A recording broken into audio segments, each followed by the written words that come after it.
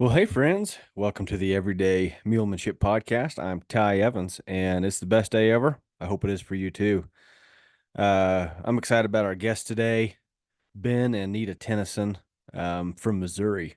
These guys are the editors of Western Mule Magazine, which I have wrote for them for many years now. We're going to talk about that a little bit, and I'm excited to talk mules and talk about their amazing magazine. So we're going to jump into that right after I thank these sponsors, which includes them, Western Mule Magazine. They've Ben and Nita, they've been taking care of us for years. Um, Also Roman Home Tents, Colt Saddlery, Diamond W Enterprises, Mules and More Magazine. All these amazing sponsors make this podcast free for you to listen to. So if you ever run into any of them, please tell them thanks. We really appreciate them. And yeah, it sure helps us out. So with that, let's get to Ben and Neta Tennison. Here we go. Okay, Ben and Neta, we are rolling. Thanks so much for doing this. Really appreciate you guys. You guys have actually been on my list for a little while, and I couldn't remember. I thought I had reached out to Neta a long time ago, and I think it just didn't play out because I wanted to do it. I wanted to record in person and not, over Zoom like this. But anyways, I appreciate you guys making the time to visit with me this morning. Really appreciate it. Good morning. Heck yeah. Good to see you. Yeah, it's good. It's good to be seen, right? Yeah. Yeah. So we're probably going to bounce all over today, guys, because I want to talk to you, of course, about Western Mule Magazine. Everybody that listens to my podcast, they know all about you guys because you guys have supported us for many years now, and I appreciate that. But so we're going to talk about the magazine, but before we dive into that stuff, I kind of want to know a little bit more about you two, how you were brought up, and were you raised with mules, and how you guys met, and Ben, how the heck you got Nita to stick with you? We've got to figure that one out. Anyways, but maybe you guys could just take a little bit of time and introduce yourselves. You want to go first, Nita? I'll let ladies go first. Okay. I was born in Illinois, and my folks moved to Missouri when I was about 9 years old. And we did not grow up with mules. We had a couple of horses, and it was kind of like the Beverly Hillbillies when we were doing all of this, because my mom and dad did not know anything about those things. We rode calves. We just did everything there was to do. And so when I met Ben, he had been raised with all of this, and so that's the mule end of this. Nice. So you're what'd your parents do for a living, Nita? Oh gosh, my mom worked in lots of medical clinics in the business offices, and dad worked at an aluminum company, and he was a gas station attendant and janitor, just kind of did lots of different things. Yeah. So we kind of got broke in good. Yeah, there you go. So yeah, they both busy workers from the beginning, huh? That's is that where you got your good work ethic? Is you are a working woman. I know that. I did get my work ethic from them, that's for sure. Man, that's awesome. You can learn a lot about people by learning about their parents. You really can, and it's like Yes. I owe my parents so much. My dad, he works hard and he taught me how to work hard, and my mom, she's a great influence to me. She's also an extremely hard worker and motivated businesswoman too, in her own way of life, but that's pretty neat. Ben, where did you grow up? I grew up in Southwest Missouri, been here all my life, and grew up on a farm. And there's now my childhood gets kind of lengthy, so stay with me. Okay. I'm I'm the second oldest of 8 children, and we lived on the farm. We always had horses, and and mules. And I was right there in the early 50s when everybody's workhorses were either sitting idle and the tractor come in. Dad got a tractor. And so I was in that era. And but Dad wanted to, he always had a garden. Of course, with 8 kids, we grew everything we ate. We were very rural, very country. And we grew everything we ate. And Dad didn't like the tractor in the garden patch. And this garden patch is like a half acre now, by the way, of garden. And Dad didn't like the tires, how they compacted the soil. So Dad had a horse and or a mule, bought a mule just to work the garden with. But where I grew up is in Lebanon, Missouri. And Lebanon, Missouri is the home of the Missouri Foxtrotting Horse. And I lived in that era. And in the early 60s, in the 60s, I was privileged to ride some of the world champion foxtrotting horses. And for your audience that knows something about the foxtrotting horse, Zane Grey was one of them, and Poole's Blue Boy. And I was amongst those horses. And how that was we had foxtrotting horses, but my cousin was a foxtrotting horse trainer. And I went to work for him. And but before I went to work for him, at a young age, let's go back again, it wasn't uncommon every Sunday afternoon for a bunch of people to get together and go on a trail ride. And during these trail rides, there were young foxtrotting horses and there were mature foxtrotting horses. But there was enough horses to ride. My uncles had horses they kept out at my dad's. And normally I always had something to ride, but every once in a while there would be, all the horses were taken. There said old Jim, the mule, one-eyed mule, by the way. And that was my mount for the day. And what I come to realize, it took me a little while in my life, later on in my life, to realize while we was on this trail ride, I saw all these shenanigans. And shenanigans meaning someone getting kicked, someone getting bucked off, someone running off, something happening amongst all of these people. And that was because of young horses plus people that didn't know what they were doing. And Ben Tennison sat here on this long-eared mule and watched the show and was never upset, bothered by any of it. And that stuck with me. That sticks with me to this day. So that's probably that's my love for mules right there. How I got started. But I went on to help my cousin who trained those foxtrotting horses, train those foxtrotting horses. And we did it the old way. We did it a little different than some, meaning some threw a saddle on and you rode him till he quit bucking, but we snubbed him up to another horse and tried to prevent the bucking all we could, and we got him broke. And I happened to be young enough, agile enough, and had the God-given gift that I could kind of stay in the middle of one.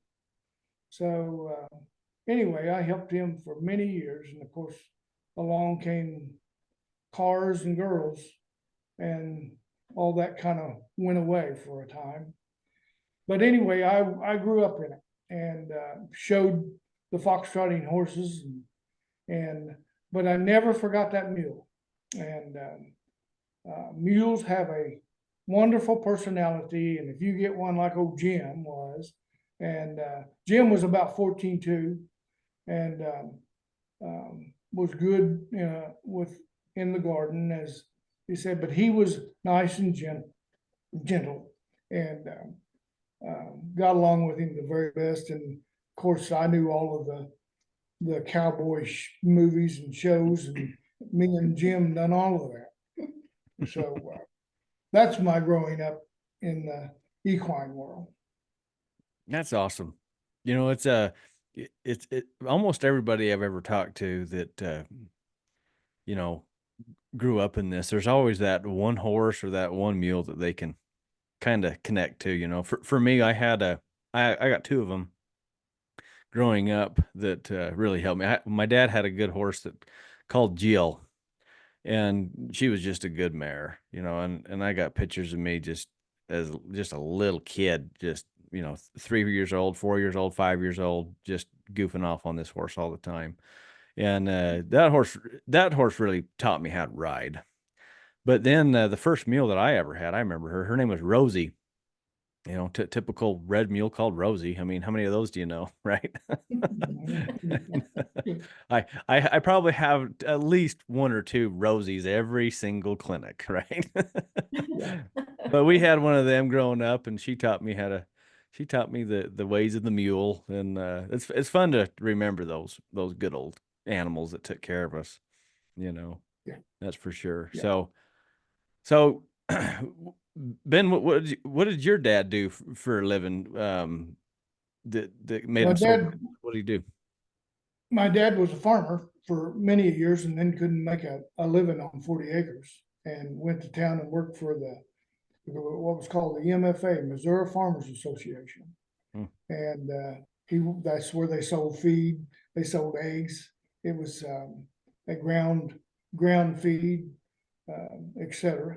And he worked there for many years. And we milked also before Dad went to town to work. So we may have lived on the farm for a long time, and it got to where that couldn't happen. And of course, he was growing, his family was growing too, by the way. So more mouths to feed. And so he went to town. And so that's what my dad did. My mom was a stay-at-home mom and to raise all of these 8 kids. And I gotta tell you, where lots of America people tell you about a childhood that was bad or terrible or something. I had the most wonderful childhood known to man, and loving parents. And no, we were not rich, we were poor, but I didn't know we were poor. And lived that farm life out there. Had lots and lots of cousins. My dad had 5 brothers and had lots of cousins, and I knew they had more money than we did, but they always wanted to be out at our place. And it took me a long time to realize that we had something special, and I didn't even know it. And but anyway, I had a perfect childhood, and I've got 5 sisters and 2 brothers, and I'm the only one that growed up worth anything. But the rest of them they'll contest the very same thing I'm telling you. We had a wonderful life, and it was grandpa's aunts and uncles and the neighborhood, and had lots of characters in the neighborhood to tell lots and lots of stories about. Yeah, well, that does sound like a good childhood. Yeah, I was raised in a similar manner. Just I don't have anything to complain about my childhood. We spent so much time riding. My dad was a colt starter. That was kind of his main business. He also drove a truck quite a lot and sold farm equipment and heavy equipment, stuff like that too. You know, it's kind of hard to make it just riding colts in those days, I suppose. Um, but that was our life. Go to school and get your homework done before you get home. For us, it wasn't homework; it was school bus work. Get it done on the school bus, and then because when you get home, it's time to ride. And we rode colts and worked every night, rode out all the time. You know, we got these mountains so close to us. We spent a lot of time on the mountain, and that's a good way to grow up. Good way to grow up. So I want to take a jump into the magazine a little bit. Western Mule Magazine. How many years you guys had that magazine now? Let's see, we started in 94, so this 31 years in February. Wow. It's Well, gone this will by make you really this will make you fast. guys feel really old. You know, We my did, dad we did. my dad was a subscriber of that since it came out. You know, Is that right? I Oh didn't yeah, know I that. mean, we grew up with Western Mule Magazine. We did, Wonderful. and that was fun. We always look forward to it, and Well, that I does I make would us feel old. yeah, I would steal them. I would steal the magazines, and I had a pile of them in my room, and but yeah, that's great. So what made you? I mean, that's kind of an interesting business itself, a mule magazine. What made you guys want to do that? Well, my wife did it because I wanted to. And that's a wonderful thing. And I wanted to, I tell everybody, she told me, she said, I'll follow you anywhere, and she has. And couldn't, couldn't done it without her, can't do it without her. But it was back in the early nineties. And I had got back into uh, the equine, and I never got completely out of it. Even I worked 15 years at the Zenith Radio Corporation, and I was a TV repairman, and I went through their schooling and had a wonderful job and wonderful insurance and all of the things that goes with a wonderful job and an American dream. But I disliked it, and I worked there for 15 years. And what that was 40 acres of building, and they built Zenith radio televisions in that place. And my job was, if the TV, after assembling it, didn't work, they sent it to me, and I was to figure out why. And as I said, that was kind of one of the best jobs in the plant. There was a whole bunch of us that did that job. We worked with the engineers, but you didn't see a window all day. And born the way and lived the way I did, I was a caged up fellow. And I every once in a while would get by a window, and I might see the guy out there mowing the grass and say to myself, I want that job. But I wanted my pay. But the Zenith Radio Corporation when did they leave? 92. In 1992. Yeah, totally. They went to Mexico. They pulled out of Springfield, Missouri, and went to Mexico to build those televisions. And I want to mention here that it employed at one time 3,500 people. And it was a devastating thing to a community, and to Neta and I. We both worked there. And we had no idea what our life was going to be after that, of course. But I had got back into the equine a little bit through training dogs. I'm also got that God-given gift to train a dog, and I loved bird hunting, and so I trained pointing dogs and retrievers. So in order to run those bird dogs, getting older in my life and lazier, I didn't want to walk behind them anymore. I wanted to be mounted, and I went after the mule for that. And so I got me a couple of colts, 2-year-olds, and started them. And anyway, as it was in the dog industry, there was new things coming on, meaning how to train. They kind of had learned the psyche of the dog, and was learning it of the equine. And I knew just enough about it to be dangerous, probably, but I wanted to know more. And I can remember my very first seminar that I went to, etc. And I was fascinated.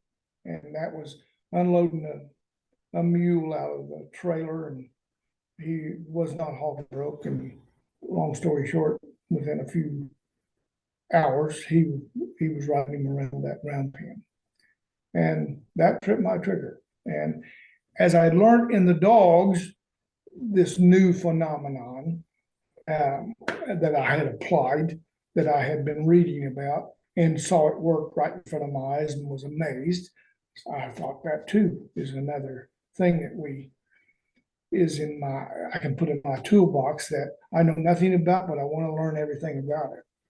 So long story short, when you got to looking for mule information, it wasn't available. Horse information was available, but mule information wasn't available. And at the time, I owned a recycling center.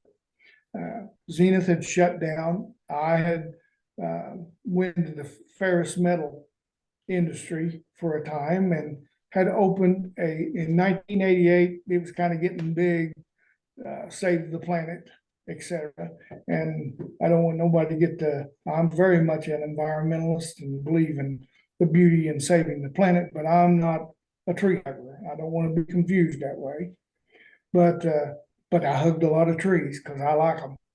But anyway, I was in the recycling business, and I saw that going south. I'd kind of been in it for a few years, and I saw it going south, and I had this mule, and I don't know, on some bright day, I got an idea. Why don't you supply some of this mule information? And it wasn't going to come from me. I am not a teacher. I know something about a mule. I can get one to riding that you'll like, but I'm not a teacher, and I know there are special people. And Ty, you're one of them, and I admire you greatly for it. But I'm one of these guys. I told you I'm chewing your butt out in 30 minutes about I told you 3 times, and yet and that didn't work. You understand? So anyway, I got me some mules and wanted to find out more about them, and went to consulting people who did know about these mules, and went to writing a magazine, and just thought it might be a little sideline something. And lo and behold, it turned into a 31-year career that's taken Neta and I all over the United States. And I would like to think some people have learned something from it. Oh yeah, well I know I did growing up. I sure appreciated it. And you've had some you guys have had some amazing writers for your magazine. It's the people that have wrote articles and submitted them and taught over the years. It's pretty dang cool. Talk about some of those people, because some have come and gone, some have passed on now. Lots of them passed on now, I suppose. But talk about some of the early contributors to your magazine. Oh, gosh. It's probably a broad topic where to start. Just It is.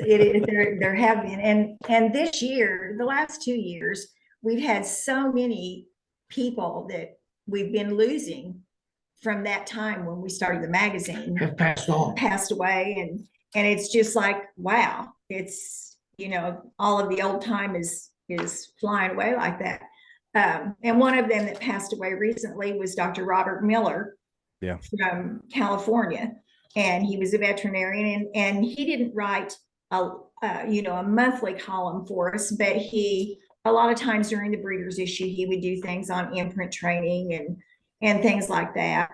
And he was very knowledgeable and just a really good guy. Did lots of good things with horses and mules, and he loved his mules. I'm trying to think who you want to pull in here. We've had Ben Freeman. Ben Freeman from Arizona, and he's been gone for quite some time. And Ben used to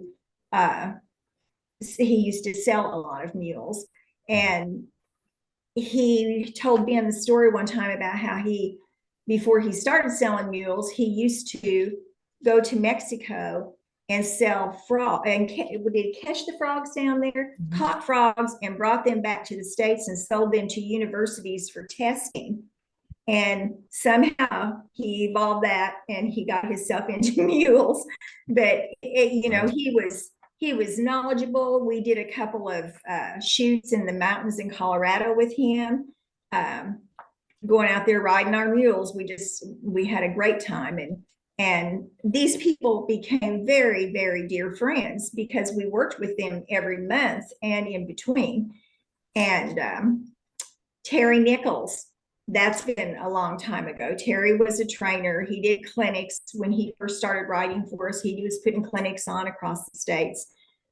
He had the column. Was it Nichols in the Nichols in the feedlot? feedlot. Yes, Nichols Yeah, in the feedlot. And that that's was what my he favorite. did. It was always good. And his wife did a column for us called The Cook's Corral. She used to do all of the recipes, and she was a wonderful storyteller and writer. It was a wonderful thing. Who else? I mean, I can think of lots of it. We could go on and on. Yes, There's Wayne Carlton. Wayne Yes. Carlton is still alive, but he's got Parkinson's.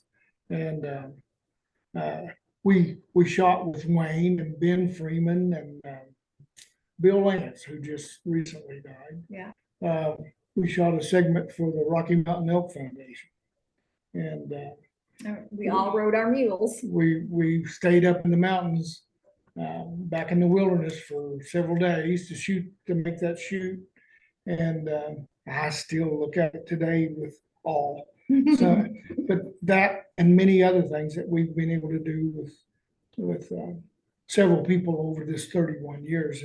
And what's wrong is here we're just pulling them out of the air. It's endless. We could talk about it for 30 minutes, just the list of people that we're talking about here, but the experiences and what we got to do with those people, and they were good. They all had a trait that was great for the mule industry. Ben Freeman had a gift of putting this mule with this person. He had that ability, and not everybody can do that. I can't do that, but he can pick up on the people personality. I can only pick up on the mule personality. I have trouble with the people personality, but he could do that. He could do that very well. And Wayne Carlton, being a great talker and loves the mule, but he had Carlton game calls, which was elk calls and turkey calls and other kind of calls. But he loved mules, and he spent a lot of time in the wilderness and in the mountains, etc. And I can just go on and on. I'm really doing a misjustice to Minnie, who has been in the magazine for over the years that were instrumental. Steve Richards did a lot of packing articles for us. And that's Steve Richards she's talking about was Wyoming Outdoors, if you remember. And Steve just died recently. But we went on a couple of elk hunts with him and saw some things that unbelievable, and raised the hair on the back of your neck. And we just been blessed to be able to experience lots of people that have been instrumental into the mule industry. And every once in a while, I got to tell this while I'm talking about these wonderful people that I can't remember all their names, and I can just go on and on. I will. I mean, give me enough time, I can name you all. But we've had the wool pulled over our eyes a few times too. And what I mean is somebody that represented themselves as a good trainer, mule person, even as a good person, didn't turn out that way. And we won't name those names. But we even had one, I have to laugh, I have to tell the story because you just got the wool pulled over your eyes so bad. This guy from Canada, who was he 100 years old then? Well, yes. But he had been in the bush and done this with mules and was still living in the bush, etc. And wasn't so. And he was a 40, 50-year-old something living with his mom and had mental problems, but man, he could spin a story. And I gotta tell that to tell you all these years, every once in a while, boom, somebody gets you. So we've had a few of those too. Well, that could be its own, you could make that it's like a regular column, the spun story column. I don't know. Absolutely. That's You could have true. people say, submit me a fake story. It's got to be fake. It's got to be Oh good. my gosh. And not only that, I gotta tell you, years later, here I'm reading something at a prestigious mule show. That's all I'll say about that. And his column is in this magazine, or this, what am I trying to say? Program. That's it. This program. So and I went and told what they had just happened to them, and so it happens to all of us.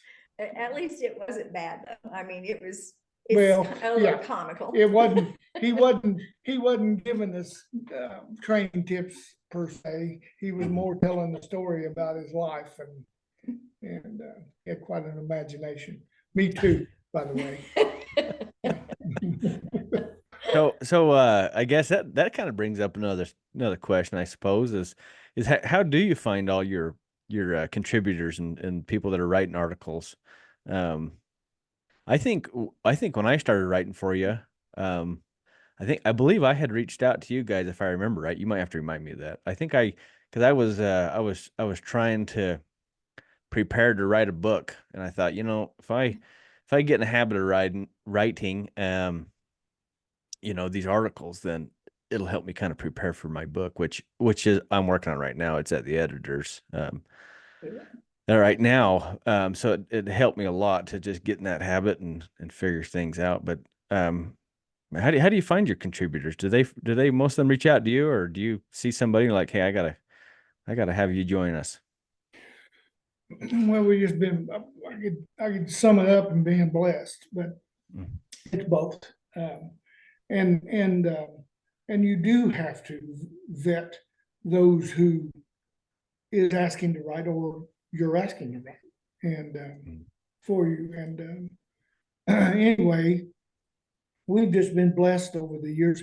Some of them, just what you're talking about, that's what they wanted to do, was compile these articles, and it was going to go into a book someday.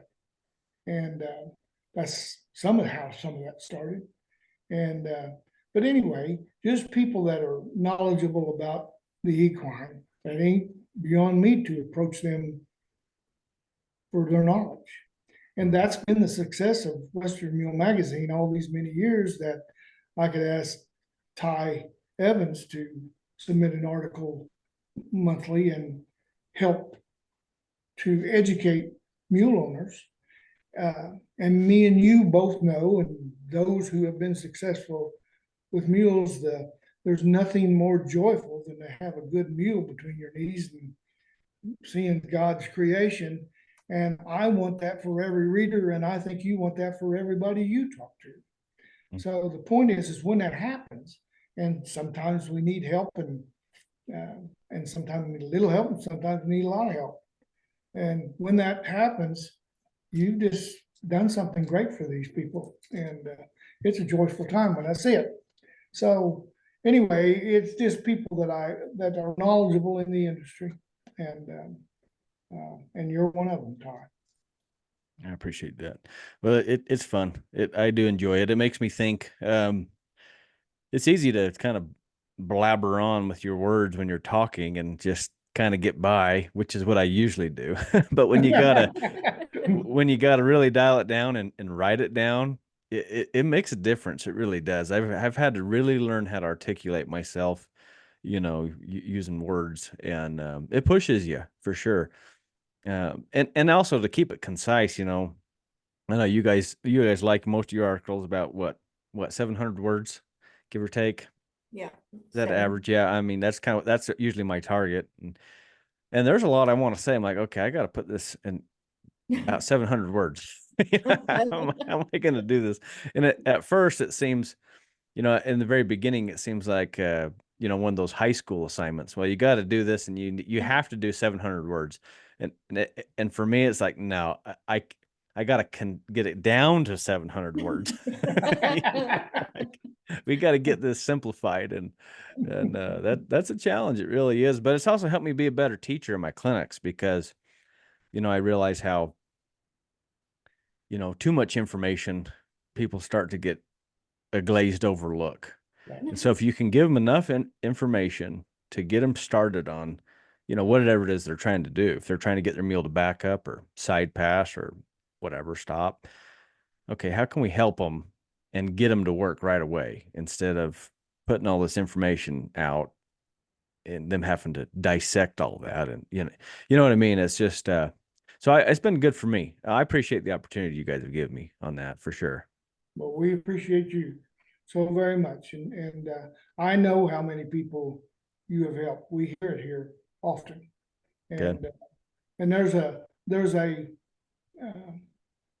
public out there that needs lots of help. And in this day of podcast and lots of opportunities to put out information, there's a lot of it that is false. And people read that too. And I've always said, I'd like to educate people just enough that they know who's real and who's not. And I'm not sure that I haven't pulled that off, but there's a lot of people that can do a lot of people harm in this industry, get them hurt. Yeah. And it's always refreshing when somebody like you comes along, Ty, and you can help these people. And you're a teacher, and you're a teacher of people, and you're a teacher of mules, and that's quite a combination that don't live in every man and woman.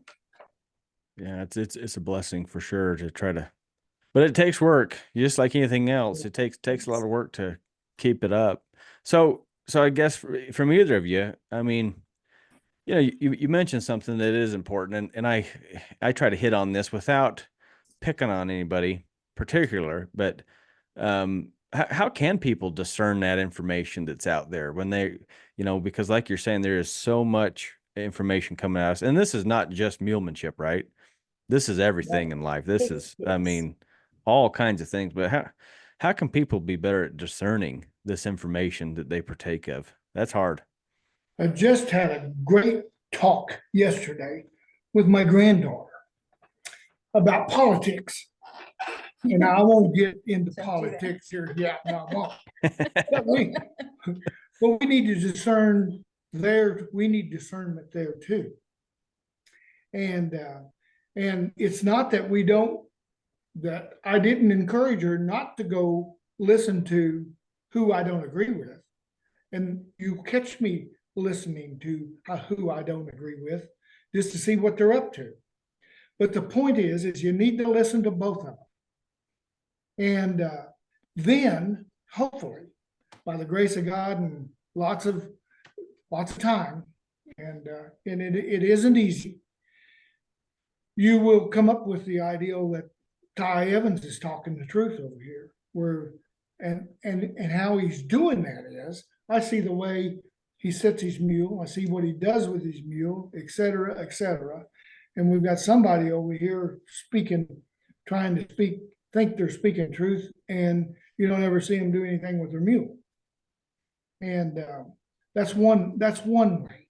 But the point is it takes great effort to go discern who is and who's not.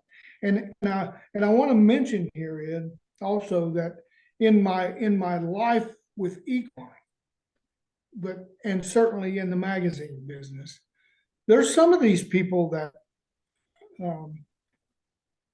and as a matter of fact, it might be the majority of the time, there's a person that just sold you a mule and you didn't get along with him, but there's two things that happened. Is you didn't know enough to get along with this good mule. That's one thing. And the other is the person that sold it to you didn't know enough to know it wasn't there yet, and really wasn't being dishonest, just didn't have enough knowledge to know. And I've seen it in my entire career here, and I've seen it in my entire life. Back in the days of, let's tell you, when I was a boy, working for Dutch Snyder, breaking horses, I saw it there too, just loud and clear.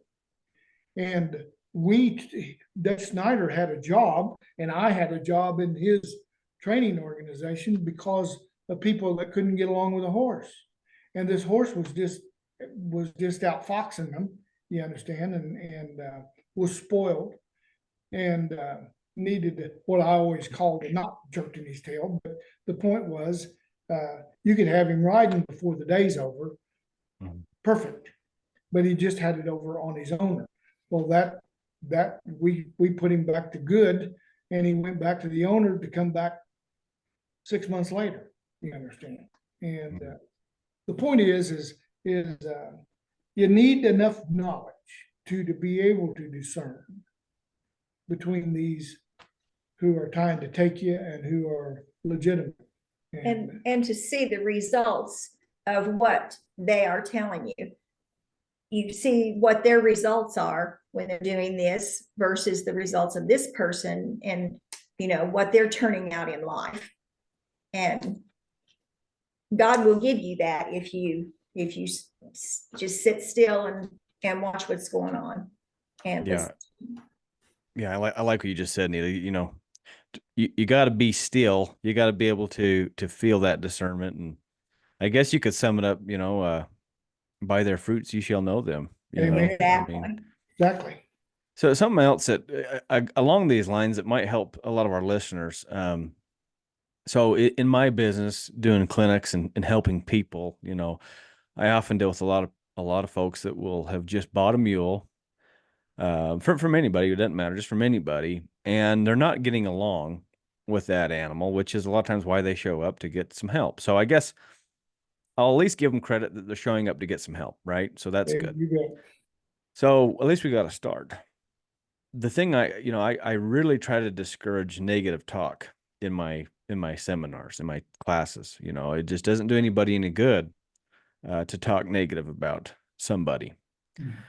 And I am also a very optimistic guy. I have maybe a habit to a fault to look for the good, but that's just my disposition. I look for the good in mules that I work with and the people I work with and everybody around me.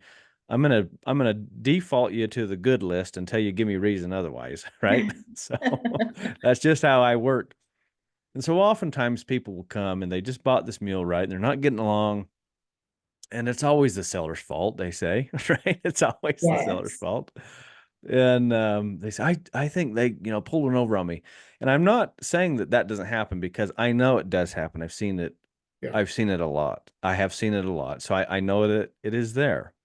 However, I tell my students this, Mike, well, what kind of questions did you ask when you bought this mule? What, did you ride this mule before you actually wrote the check?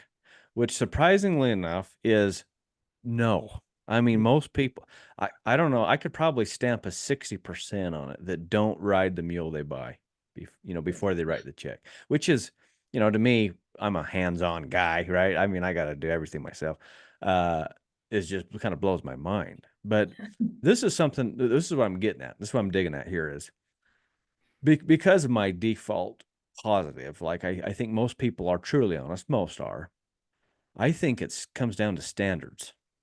My wife and I bought a mule one time, and it was for purpose of resale. We bought this mule with, hey, this is going to be a good project for us. This is going to be good. We'll ride it for a year or two and sell it, and should do pretty good. We were taking them to some sales back then, and we bought this mule, and the person we bought it from had been letting their kids ride this mule and letting novices ride this mule, letting everybody ride this mule, and seeing it like, oh, that's interesting, and we had only really seen it in an arena setting, Anyways, so cool. We go home and we start working on this mule and we start taking it out. We do most of our riding outside, either ranch work or mountain work or packing. That's what we do, right? Oh, this mule outside is like, no way. It was like, oh my gosh, where's the fence? I need a fence. Once you took the fence away from it, the poor thing thought it was going to die. And so it was interesting just by standards alone that, of course, this person thought, hey, this is a great kids mule. This is a wonderful kids mule. This is a beginner mule. This is fine. Anybody can ride this. but that was just in a particular setting, Mhm. which was the case. But as soon as you took that mule out, you better be a cowboy today. It's time to step it up, because it was every rock, every bush, every booger man out there was going to kill it. And anyways, so I guess what I'm getting at is the standards of people. And if these buyers or students or whatever would understand that, hey, just because that guy says that, hey, this mule's really safe, their definition of safe and yours might be completely different. Absolutely. It Yeah. really might. Growing up, me and my brothers, we're all tough kids, and I mean, my dad just raised us tough, it's just what we did. And we all rode rough stock. So that was part of the game too. We were all bronc riders, and but people would come over to my dad's, and they'd see us riding all these animals around and think, oh, well, good. Yeah, it must be some nice kids mules, kids horses and stuff. They didn't realize how tough we were. Right, right. And so, then my dad would tell me, he's like, well, hold on, just because you see them riding it, hold on, that doesn't mean, I don't know if it's a good enough fit for you. They're like, well, look, that little kid riding it, Yeah. Uh, Yeah, the standards are different across the board. absolutely. Absolutely. And that's what I'm talking about when I said someone may not have as much knowledge as you thought he did. Yeah. And wasn't being dishonest, thought he was handing you a good mule, but he wasn't. And but if you could just know enough to spy them, Mhm. it would help you immensely. Yeah. And we all, even as seasoned as I am, I still make a mistake every once in a while, not particularly on buying a mule, because I ain't buying mules, but on what I thought that mule was, I'll make a little mistake every once in a while. Oh, yeah. And but anyway, if they could just learn enough to know to discern the good guys from the bad guys, simple as that. And like I said, I don't like controversy either. I'm wanting you to just be smart enough to not worry about this guy that is out there selling bad mules, and they exist, and they'll exist after we're all dead and gone. Yeah. And but anyway, just like you to know enough to know that he's not being honest. Your magazine does a good job of that. So I get so many people that will contact me or come to my classes that are completely brand new, right? They are, hey, I've never owned a mule.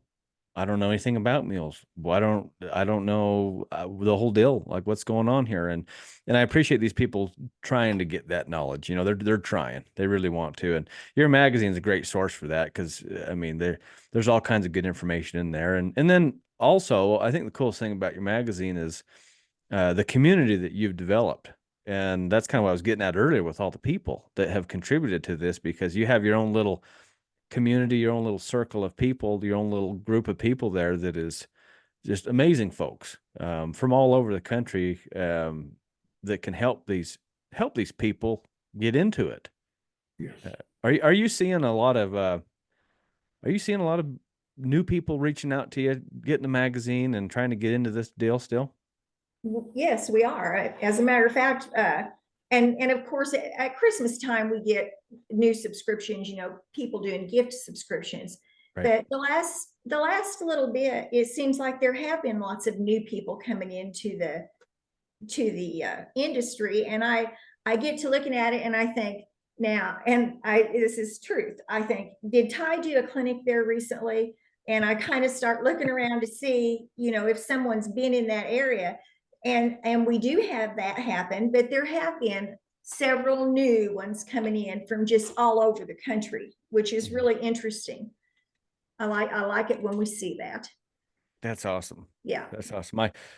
You guys are kind of you guys are a great source for the mule industry information as a whole, like talking the mule business. You really are, because you guys get to see all aspects of it, from uh, the clinics and schools to the cells to all kinds of stuff happening. And so, I mean, I guess you don't have to answer this if you don't want to on the while we're recording, but like how many subscribers do you guys have on average yearly to your magazine? How many people are getting this information?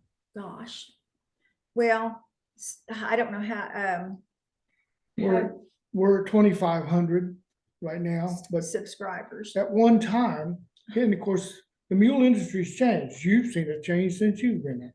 Oh yeah. But the mule industry changed. At one time, we had over 7,000 subscribers.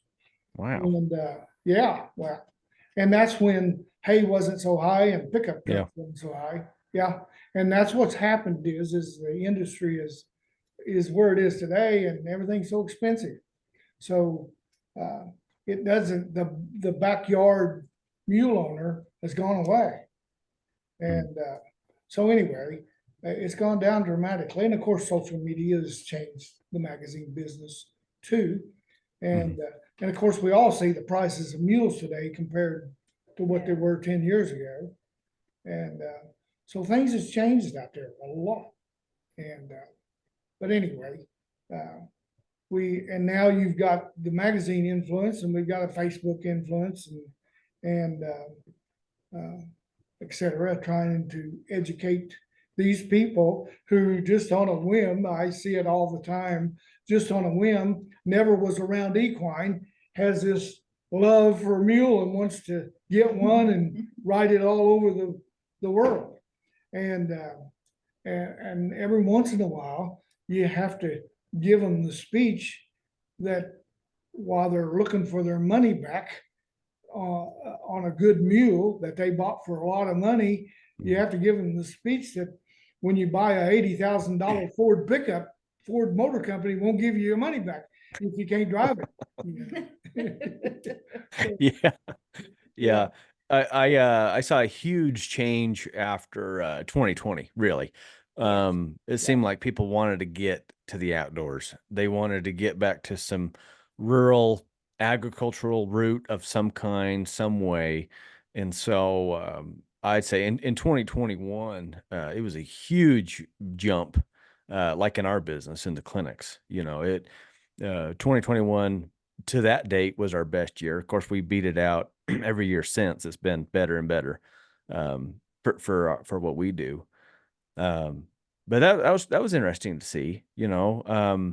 What do you think of the mule prices? Because you guys have been around a long time. I mean, Ben's been around since Abraham Lincoln. So yes, he has. So you guys have seen mule industry ups and downs. And what do you think of the money in this business now? For me, on one hand, I think it's cool for those that are in the business, because now you truly can make a real living training and selling, where before you'd have to have a day job or this or that, right?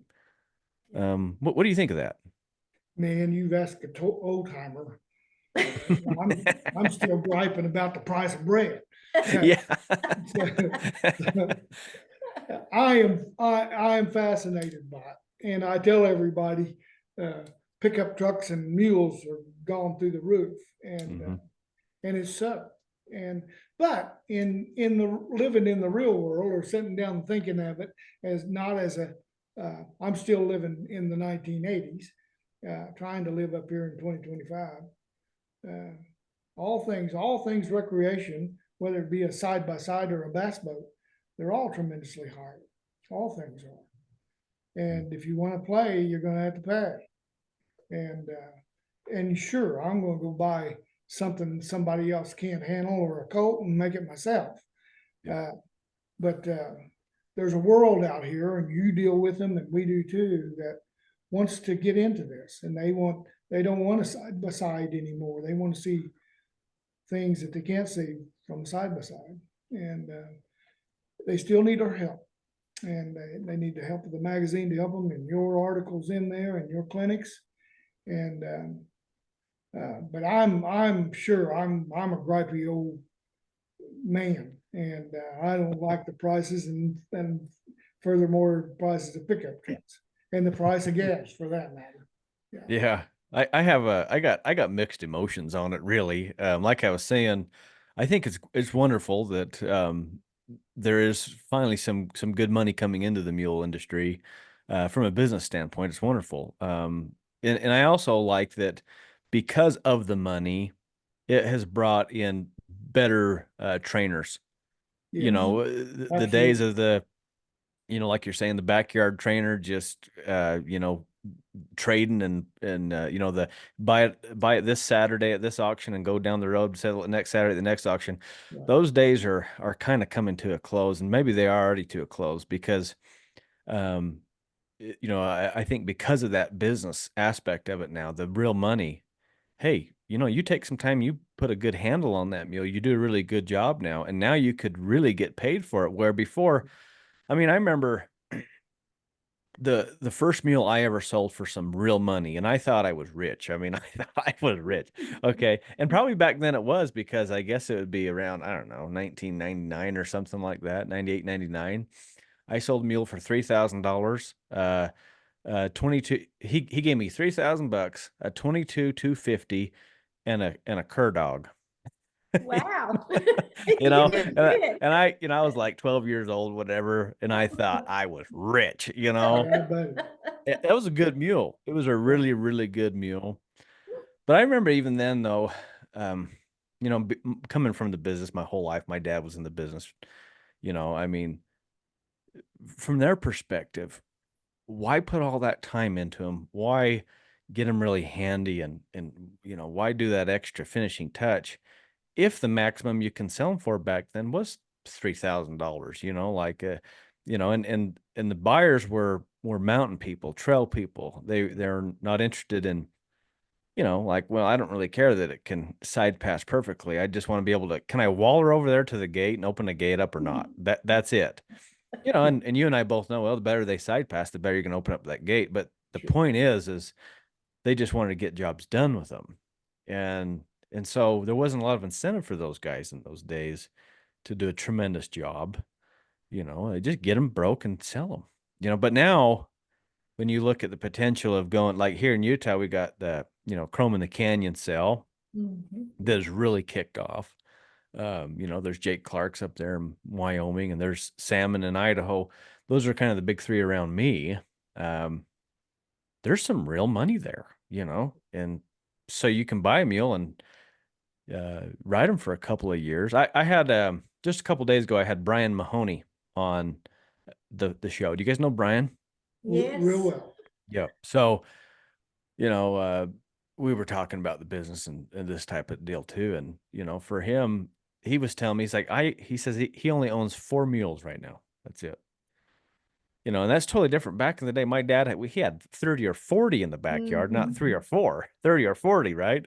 And you Mhm. have to pick and choose and try to, and you were making $100 on this one, and if you're lucky, $1,000 on that one. But so now Brian, he can focus on 4 mules at a time, and I think he said only 2 of them are really sell mules.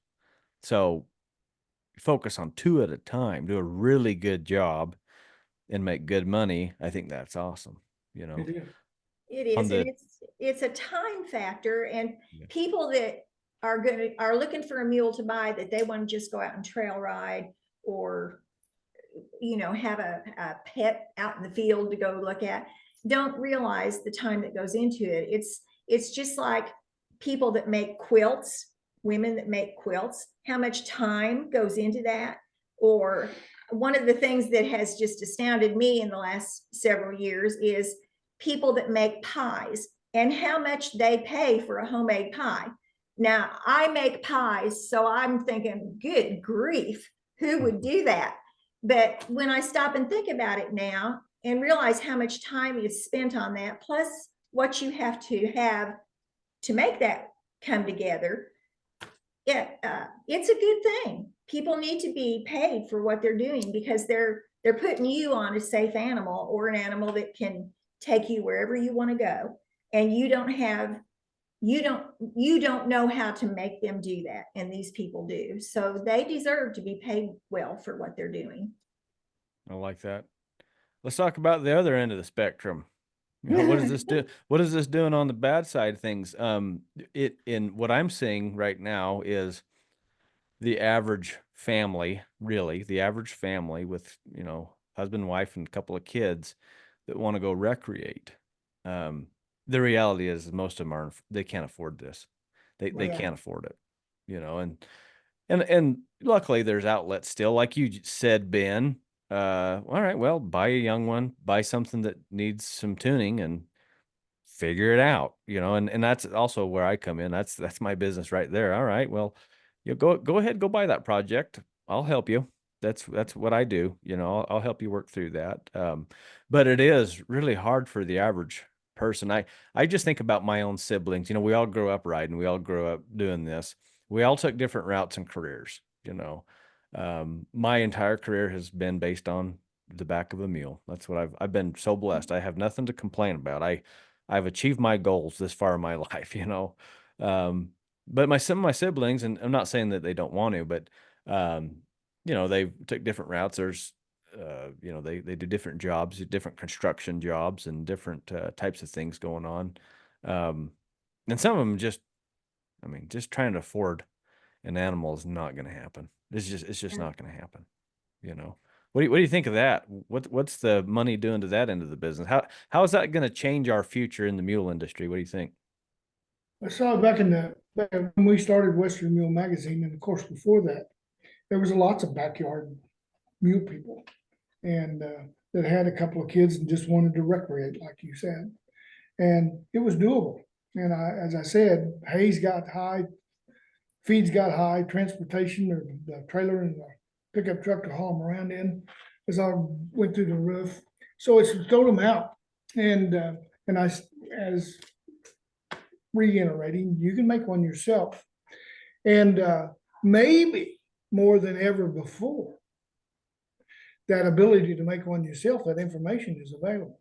And it's Yeah. through you, it's through articles, and you gotta be able to sort the good articles out away from the bad articles, the bad information you're getting.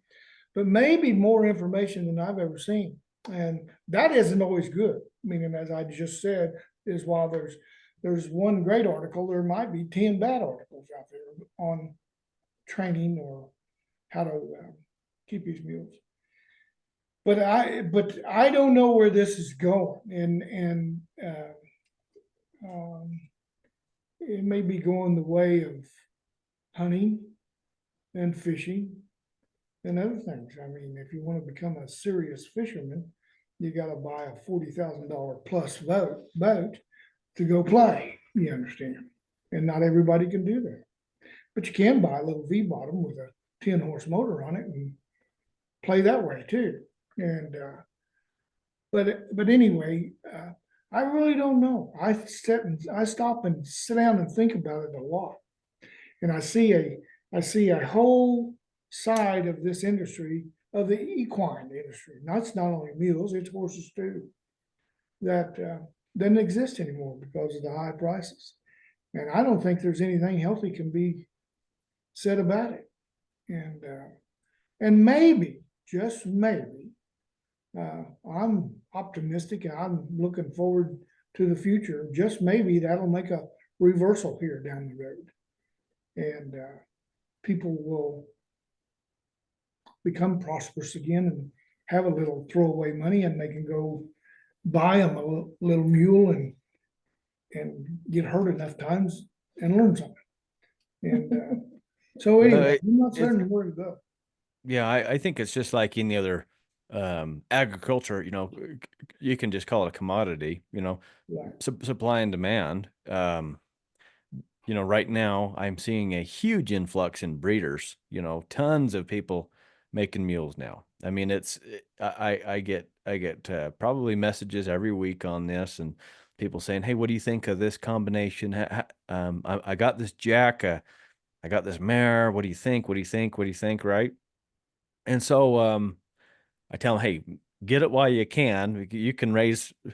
I got a friend, that he's in the cattle business, and I was joking with him the other day, saying, "Man, you ought to just sell them cows and just get you a bunch of mares right now, because you can make a lot more raising horse and mule babies than you ever will with those cattle." uh, but just like anything else, pretty soon you get a huge bunch of youngsters in. So I assume that my colt starting clinics are going to be pretty full Yeah. coming Yes. 3, 4, 5 years from now. There's going to be lots of colts out there, um, you know, and maybe that'll change things for the money, but I don't know. You said something about the info, all the information, we got these, these phones right here. I mean, right there. I read something the other day, and I don't have any way to verify it, but they say, hey, that you have more information right there on that phone than was ever in the biggest library of anybody's history. There's more access right there at your fingertips, which is fascinating. Anything we want to learn, if I want to learn today how to build a shed, I can pull it up on YouTube and it'll teach me how to build a tough shed, right now. Whatever. I mean, I had a few people definitely help me a lot with shoeing and trimming mules and horses. Some great farriers helped me, Nathan Heyer, my father-in-law, these others, they've helped me. But shoot, I've learned a ton on YouTube, just watching YouTube videos. If I ever got a tricky something, I'll ask my mentors and they'll give me their advice. But I'm like, well, I can't see what they're doing. I can't see what they're saying. So I'll pull it up. And there's something that's similar. I'm like, okay, all right, I see it done. And then, you go doing it. So that's pretty neat too. So to the people that are looking at the mules, I tell them, don't look at those high selling prices. Don't let that intimidate you, because out of all those auctions too, there's a bottom end of things. And even those mules at the bottom end, they're still good mules. Yeah. Yeah. Oh, yeah. You may have to, they might not have the exact power steering that you hope for, but guess what? You can install your own power steering pump. You can do it. You learn how to handle them. And I tell that's what I do for a living on mules. I install power steering pumps and brakes. Yes, That's all I do. So that's important stuff. yes, yeah, I get one to turn and stop and go. I mean, if I can do it, anybody can do it. You guys got this. And anyways, but yeah, you guys have seen the mule industry change a lot over these years. What, besides recent crazy spike in prices the last, I don't know, last 4 or 5 years, did you ever see any other turning points in the mule industry over the last 31 years in this magazine Oh, business? major, yeah. And of course, back what started Western Mule Magazine, me seeking knowledge wasn't available. And then knowledge became available. And as you said on that phone, it's enormous. But also in the quality of the breed. Meaning, I come from the throwaway mare, let's breed her to a jack. You understand? And I came from that world. And today we're using these great paper mares and even consulting professionals about whether this would be a good cross. Mhm. That was never done, neither. If she was in heat, take her to the jack. Yeah. But anyway, now we saw that happen not long after we started Western Mule Magazine. And I'd like to think that I had something to do with it. I'm not taking a lot of the credit, but when you put this fantastic mule in the magazine or on the front cover, somebody went to say, I want to raise a mule like that. And I've heard it multitude of times that I've been blessed to own some nice riding mules and some pretty mules, and watch a horse person melt and say, I could own a mule like that. And that has changed this industry. And not only though are we after that beautiful conformation, we're after a better mind and athletic ability, etc. So I've seen a great change in that. And I think that's just going to get better down the road. I don't think we've seen the top of that. It seems to get better every year, seems to me.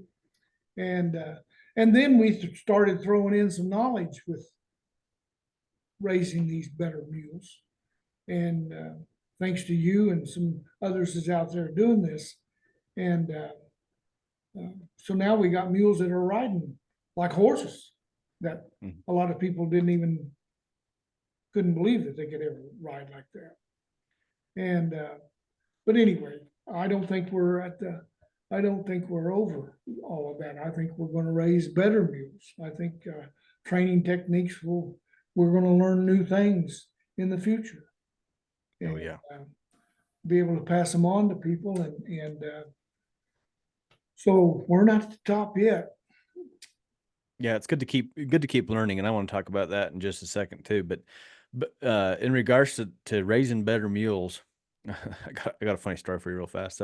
So you know how many times in the past you've been riding and somebody that doesn't know the difference between a mule or a horse says, "Hey, nice horse," and you want to correct them and say, "No, it's a mule Or donkey. or a donkey." Yeah. Yeah. And still, if they say nice donkey, I will still correct them and say mule. Mhm.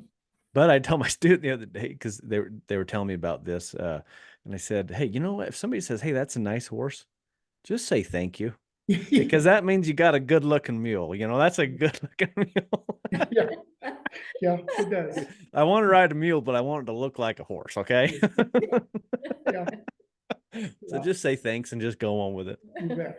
But you know, it has gotten better, and I've seen a difference. So this year will be 13 years for us of doing clinics professionally on the road, you know.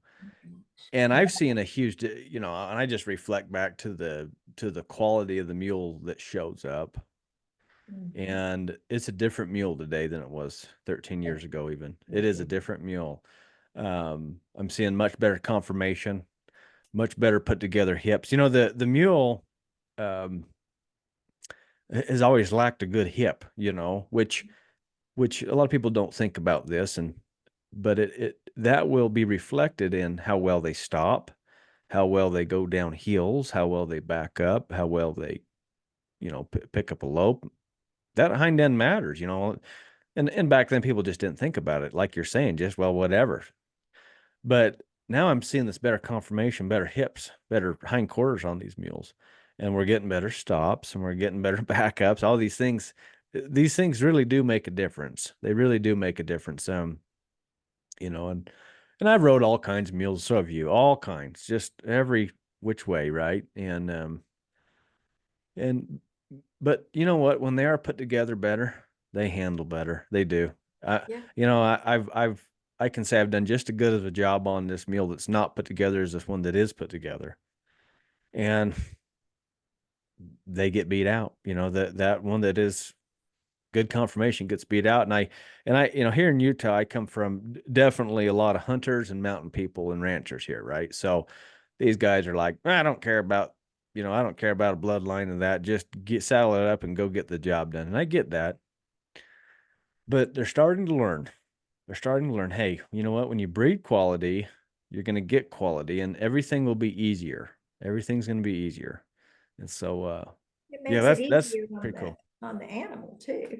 The animals can move better. It makes their job easier Yeah. when they're built like that. But I also saw that on the mind too, meaning Yep. these horses, these mares that are, and they were bred for good minds, meaning they wanted something that wasn't flighty, that got up all the time, and that comes to the mule too. And that's one of the greatest things I've seen, maybe as much the conformation as the mind. And I got to tell you a story while you was talking about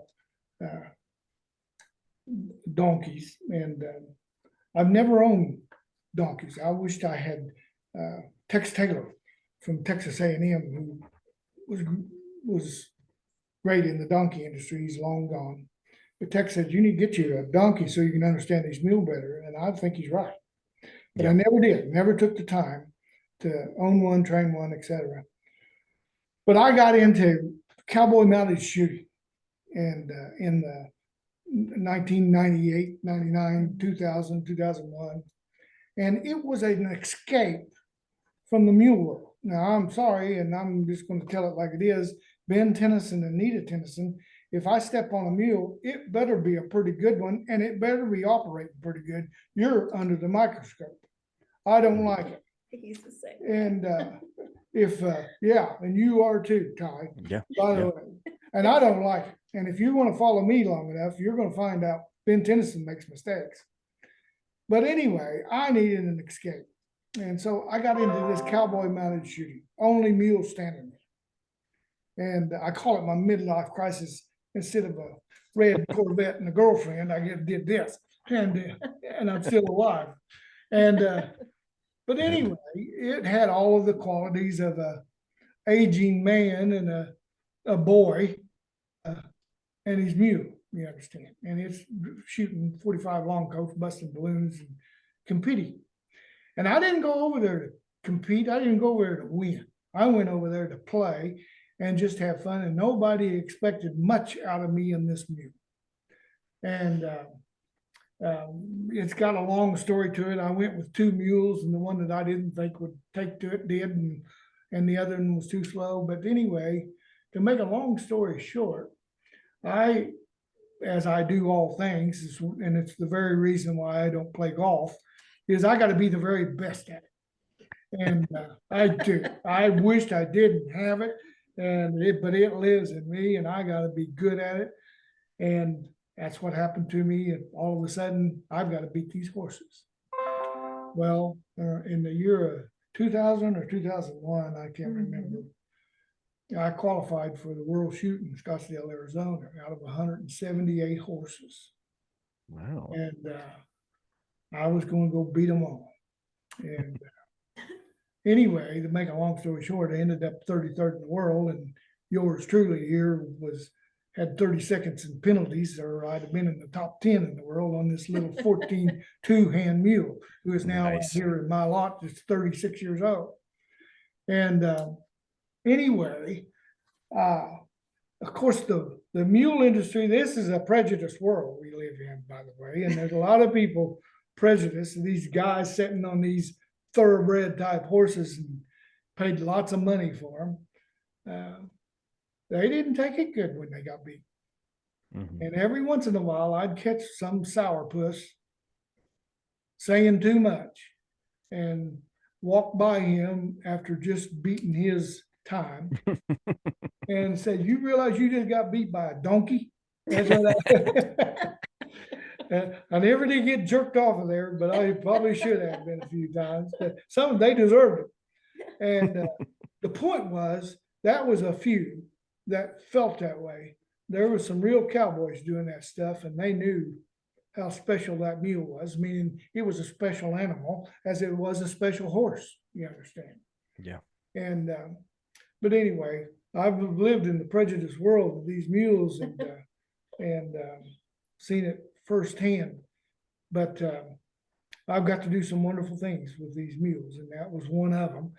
You couldn't drive me to a cowboy mounted shooting today. When I got burnt out, I got burnt out. And it takes lots of time and practice. If you're going to do anything, it takes, and be good at it, it's going to take lots of time and practice. And I don't want to give it that anymore. But Yeah. yeah. That's pretty cool. That's really neat though, that you could make it there and compete and represent the mule well. I think that's a special deal to be able to represent the mule. I kind of have, I suppose, two circles of life really. For me, there's the circle that I'm in most of the time as a teacher and instructor, and kind of like you're saying, you're under the microscope all the time. Yeah.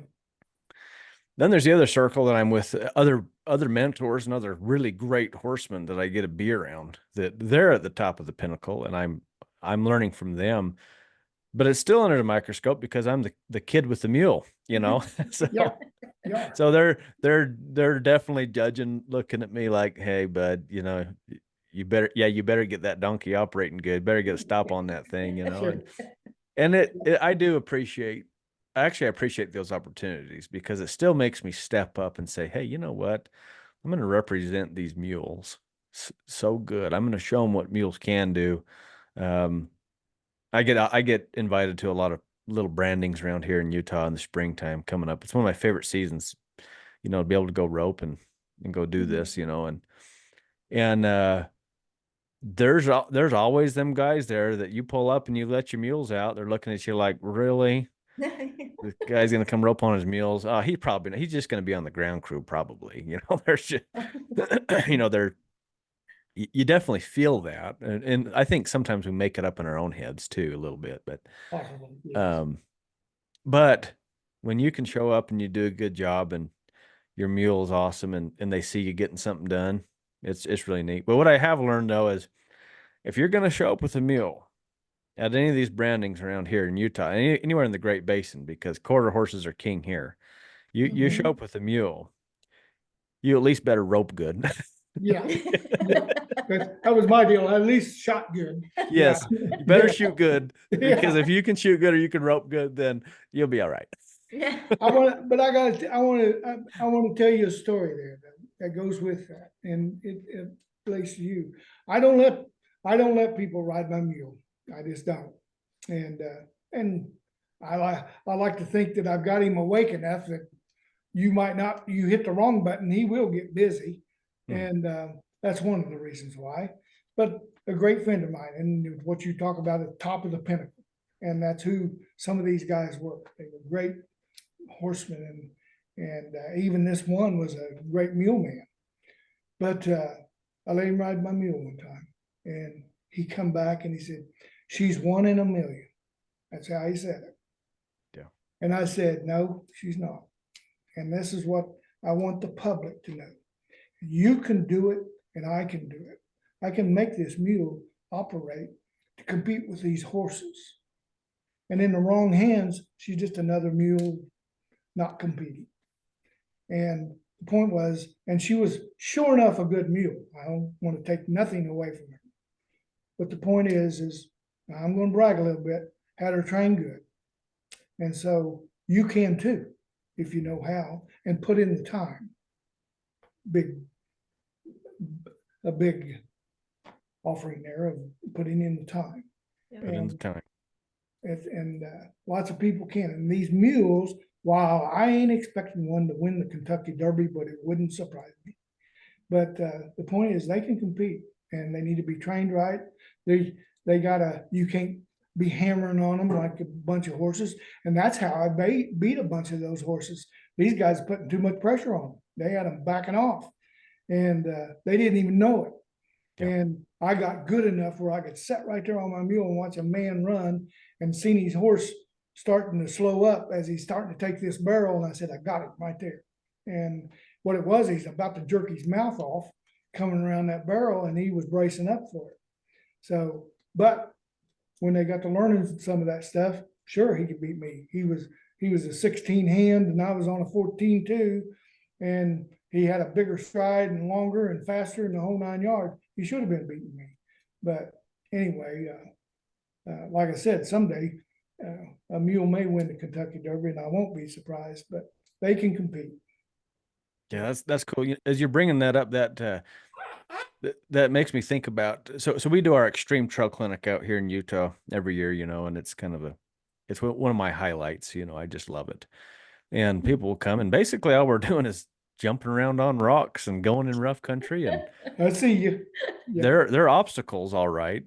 But just like you said, it's interesting because most of the mules we deal with, they are naturally willing to do it. Yeah.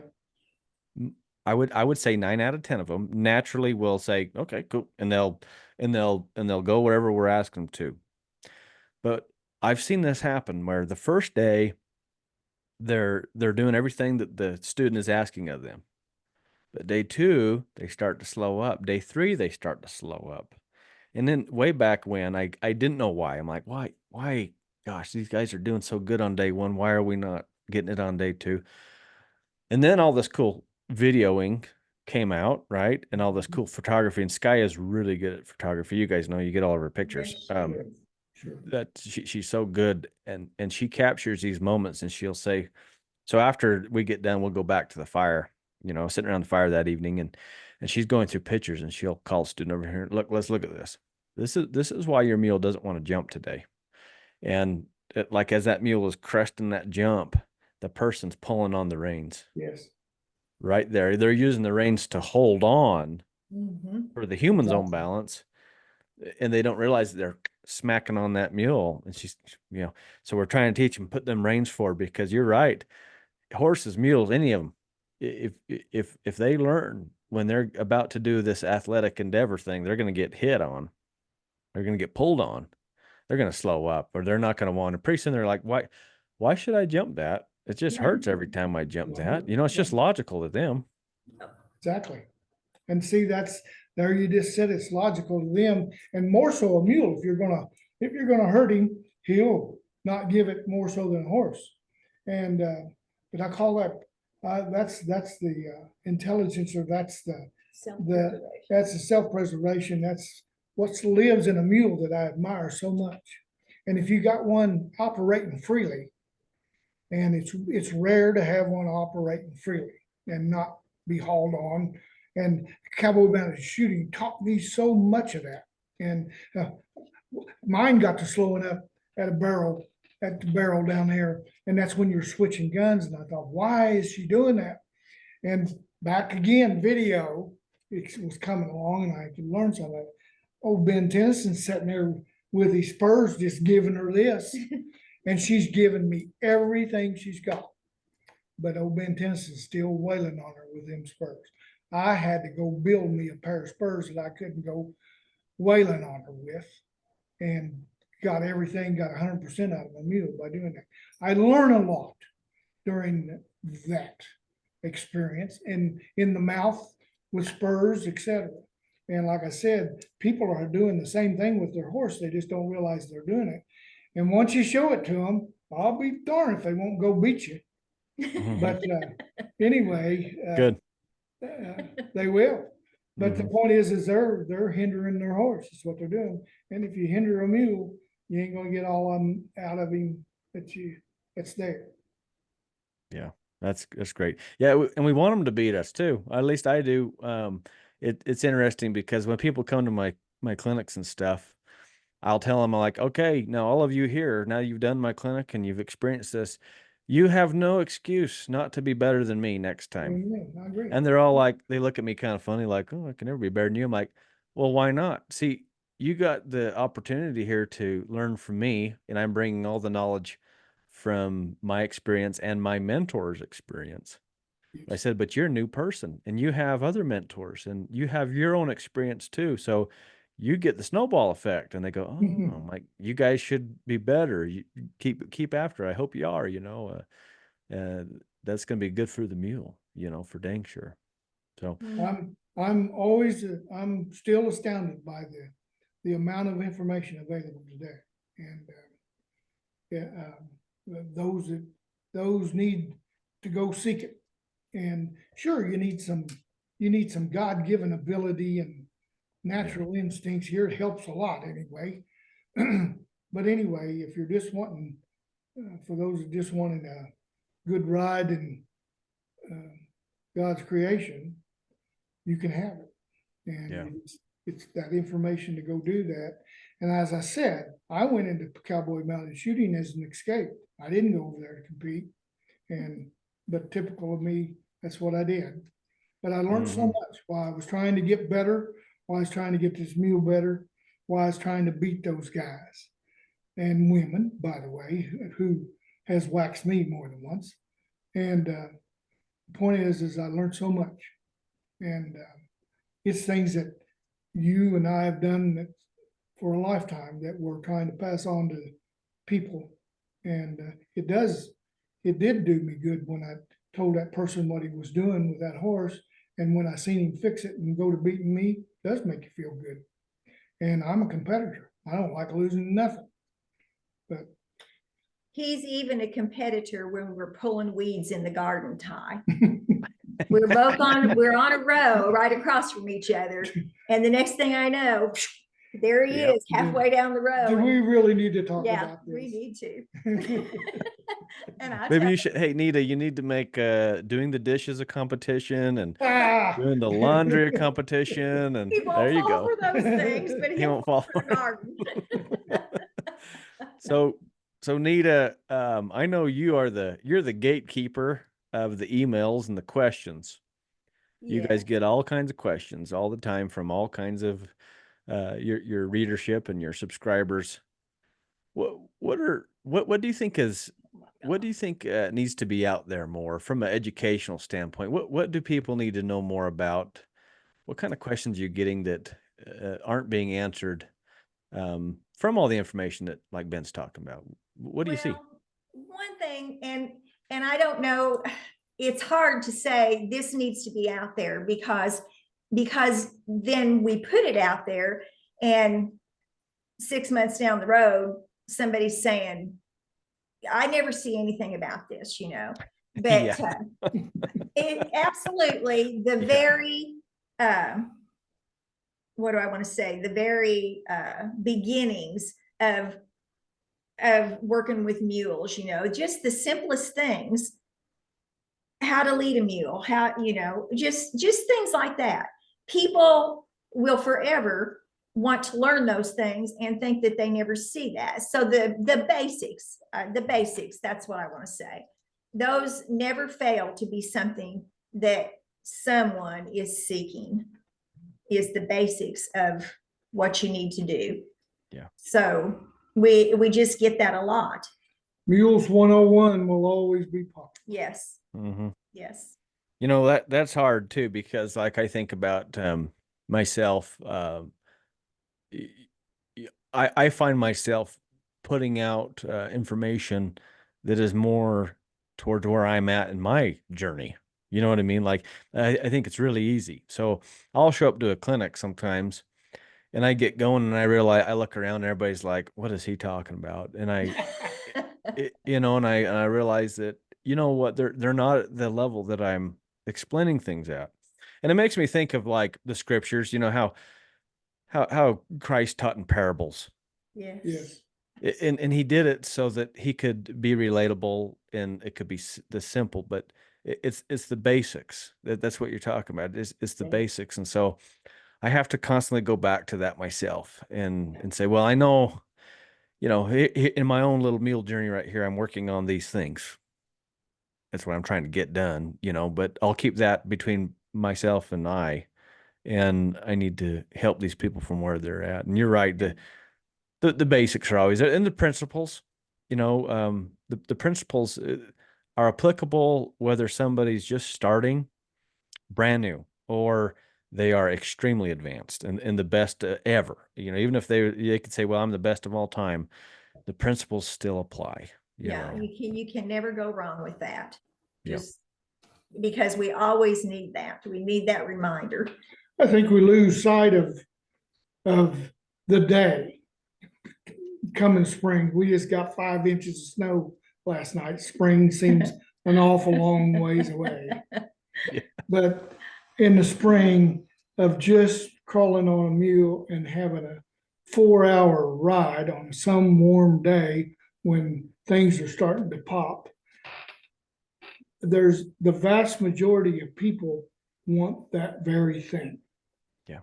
And if that's all they can succeed at to get to, roaring success.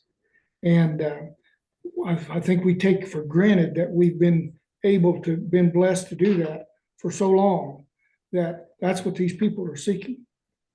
And sure, there's some seeking advancement. Ben Tennison is seeking advancement. Mm-hmm.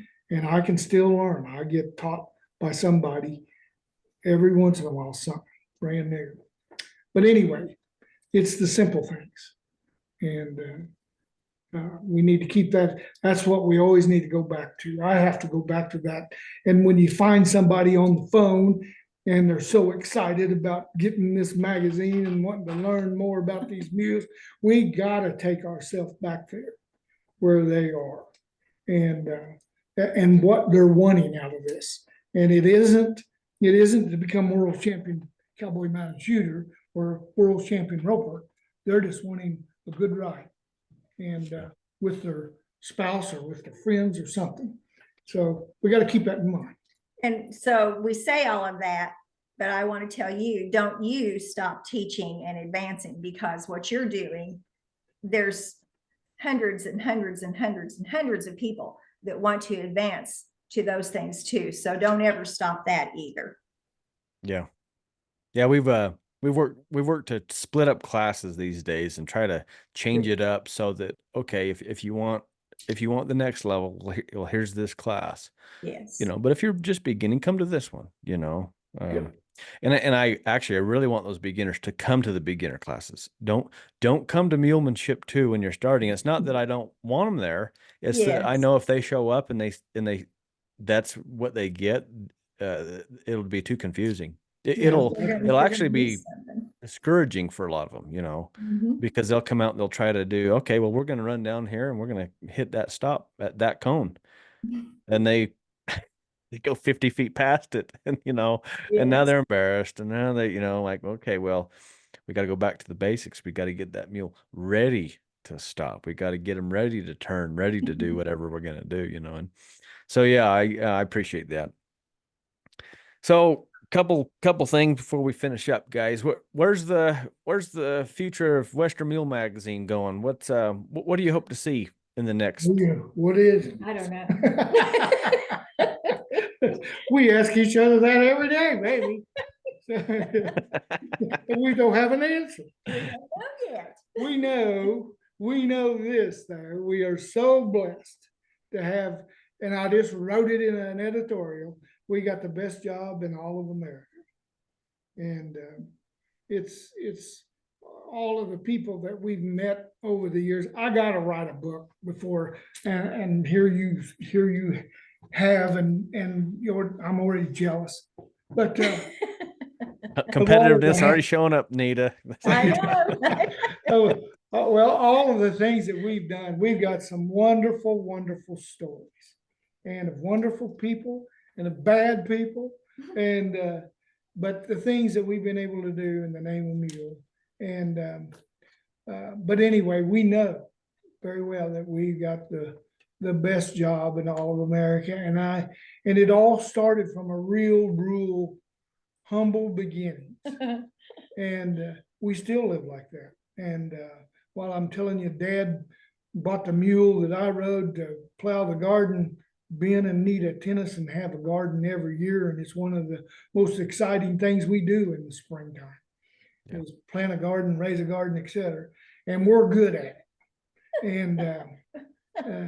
And we eat out of it every day, meaning we got canned goods in the whole 9 yards. But we've been blessed. I don't know where Western Mule Magazine is going to go. You've only got so many sunrises in you, and we don't know when that is, what that is. But here's what we know. We believe in a God that guides us, and we wait on him. We ain't trying to predict the future without his knowledge. So yeah. We don't have his knowledge yet. So there you are. When I get discouraged, and we all get discouraged with whatever work we're doing at times, and I just stop and it's him telling me, I'm pulling the strings here. You know, he will direct if we will just sit still and listen to him. Yeah, we'll know someday. This has not been possible for 31 years to the success that we have been by our means. I'm not capable. Nita might be, but I'm not capable. Only if I've got my red ink pen. But we've been guided by God that's given us the ability to do this, and we're thankful. We know where it comes from. Yeah. We're not bashful about shouting it out. It's good. Well, at the end of all my episodes, I like to ask my guests to give a word of advice. You know, the one thing, even though that's always hard to pin down the one thing, but I'd like to hear from both of you a word of advice that you'd give to our listeners going down this road of life. It can be about mules, it can be about life, it can be about anything. What would you like to tell somebody? I would like to tell everybody, I'm going to address married people and those looking into marriage, that you need to make your spouse your best friend and your priority. And that is my advice to people, because I see so much sadness and so much selfishness, and people don't know how much easier that makes your life when that's your focus. And of course, we are a household of three because God's right here. And that's in my belief the only way Ben Tennison can be my best friend. Mm-hmm. So that's Neta Tennison's advice. That's so good. Household of three. I like that. You need all the help you can get with old Ben. Yes, I do. But I think you've done a good job at training him. You got him weeding ahead of you, and you just keep working on that. It's just like the mule, Nita. You make the right thing easy, wrong thing difficult. Exactly. Amen. Boy, I'm a philosopher. That's great. You need to say that more often. That's a wonderful thing to say. Yeah, yeah. You've done a good job on him, Nita. Well, thanks for that. That's good advice. You guys know Sky and I, and we're blessed to be best friends. It is a blessing to be able to get to work with your spouse. I know a lot of people. I talk to a lot of people, and I do feel sad when they say, "Oh, I could never work with my spouse all day long," and Yeah. that makes me feel really bad that It is they're in that sad. situation, because Yeah. I wouldn't know how to do it otherwise. Sometimes I have to go to clinics by myself, and it's getting to be more so because the girls are getting older.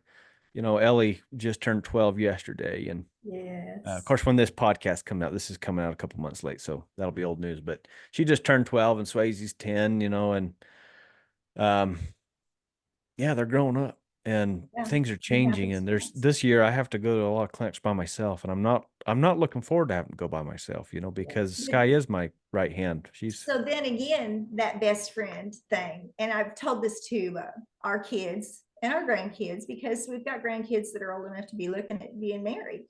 And when your kids grow up and go away, it's like a whole new life again.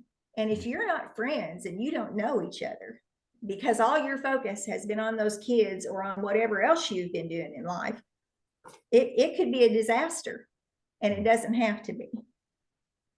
yeah. Yeah, that's great advice, Nita. Thank you so much. That's You're good. welcome. Okay, Ben.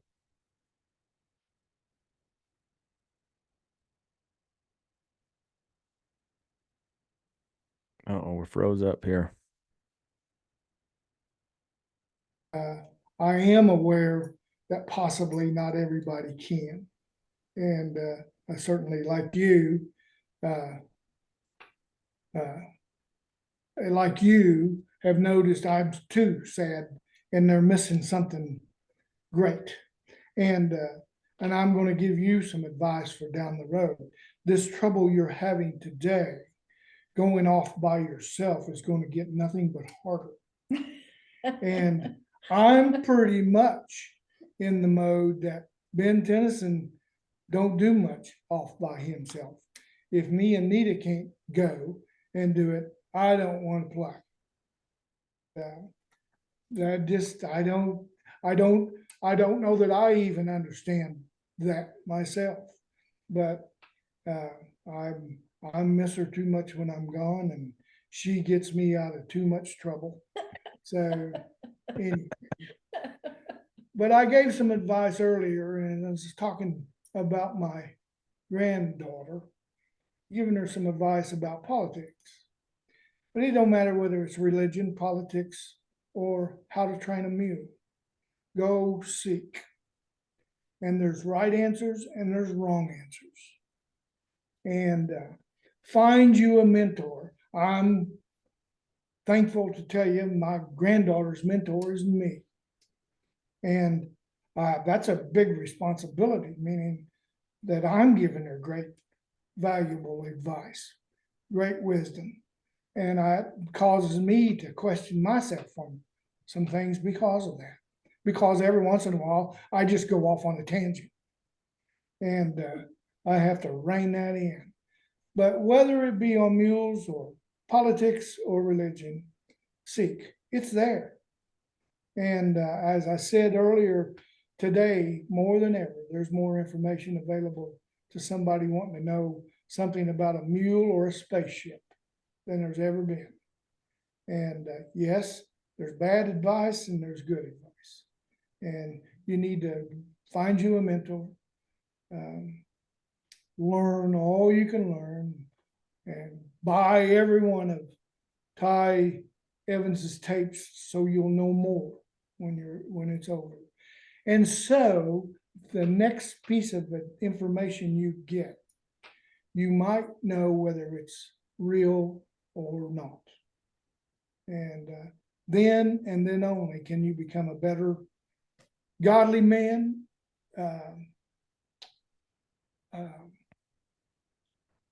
home, father, daughter, wife, or mule person. And it all falls in line when you go seeking the right information.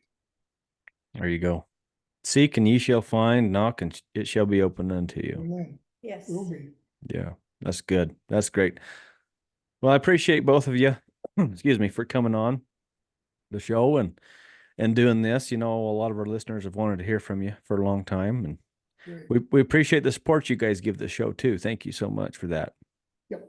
You're Yep. welcome. We appreciate you and what you and Sky are doing, and keep it up. Yep. Don't get weary. Okay.